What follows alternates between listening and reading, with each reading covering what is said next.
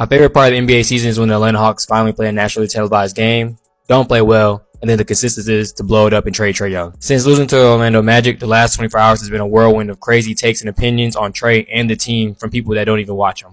So if you're uninformed, which a lot of you are, I'm here to give you a breakdown of the Atlanta Hawks 2025 season. First, we're going to start off with the team aspect and the expectations coming into the year. Coming into the year with a healthy roster, this team was projected to win about 36 games from media outlets and the sports books. Obviously, this is an end-of-year picture after the trades are made, but that projection was made with guys such as DeAndre Hunter, Bogey, Clint Capella actually still in the lineup.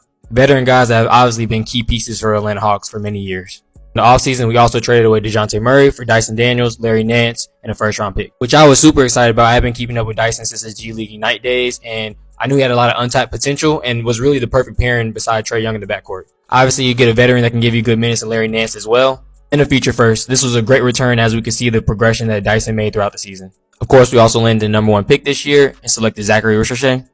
All in all, a lot of unknown variables coming into the season, a lot of moving parts, new pieces.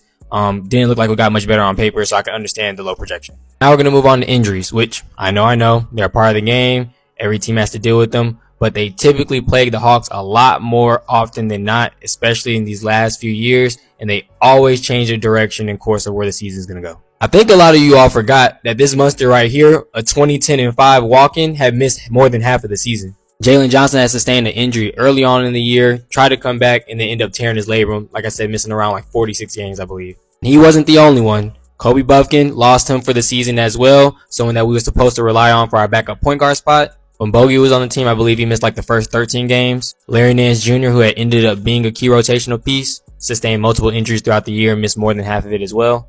This obviously caused a shakeup in the rotation, forcing Quinn Snyder to play guys like David Roddy, Garrison Matthews, and Vic Krejci. Yeah, I'm sure some of y'all don't even know those names. And even through this, the first 25 to 26 games were around 14-11 or 14-12, and in the middle of the pack for about a 5-6 seed.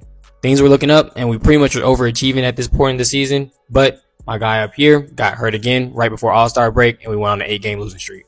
Now with Jalen Johnson out for the year, Kobe Buffkin already out for the year, and us sustaining multiple other injuries, the Hawks now have very limited scoring outside of Trae and literally no bench depth. So that kind of forced Landry's hand at making a trade, which there have been talks about unloading DeAndre, Bogey, and Clint throughout the season anyway. So we traded them to Cleveland, obviously got Karis LeVert, Niang back in the trade, and also a few picks, which we then turned around to use to trade for Terrence Mann and Bones Highland, who I really wish we would have kept. That's my guy. He's a microwave scorer off the bench. I feel like he would have fit in really well with our second unit, and that's exactly what we needed. We needed somebody that can score the ball pretty much in the second unit when Trae's off the floor. But we was able to get a great piece in Terrence Mann, who's another defensive presence that could also get hot on the offensive end, which resulted in this picture and these guys finishing out the year. Before I wrap up with the team aspect and reveal what our final record was, I think it would be a failure on my end not to mention certain key aspects that happened throughout the year. The first thing is losing Clint. As y'all can see, if y'all did watch the game last night, he wasn't present. Hasn't been present for a while now. Kind of a weird situation there, but we did end up going to Big O to start.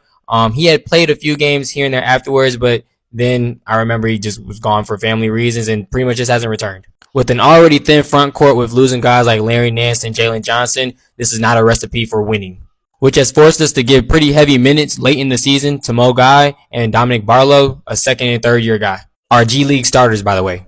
And no knock on them. Also, Keen Wallace, number 2, another G League guy, because they have played well in minutes that they've been given and have come through in tough spots that they've been put in. But typically, playoff teams aren't leaning heavily on their G League guys to give them vital minutes, especially late into the season going to the playoffs. All in all, this team ended the year at 40-42 and in the 8th spot in the East, winning 4 more games than they were projected to with the healthy roster. Yes, making the play-in again, but when given all context, I believe this team overachieved. And we saw multiple players that's going to be core pieces of this team moving forward make huge leaps throughout the season. Which brings me to this tweet.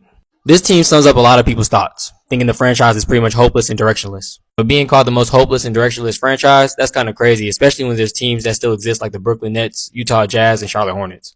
But anyway, the next part I want to get into is the direction of the team, which I'll touch on in part 2.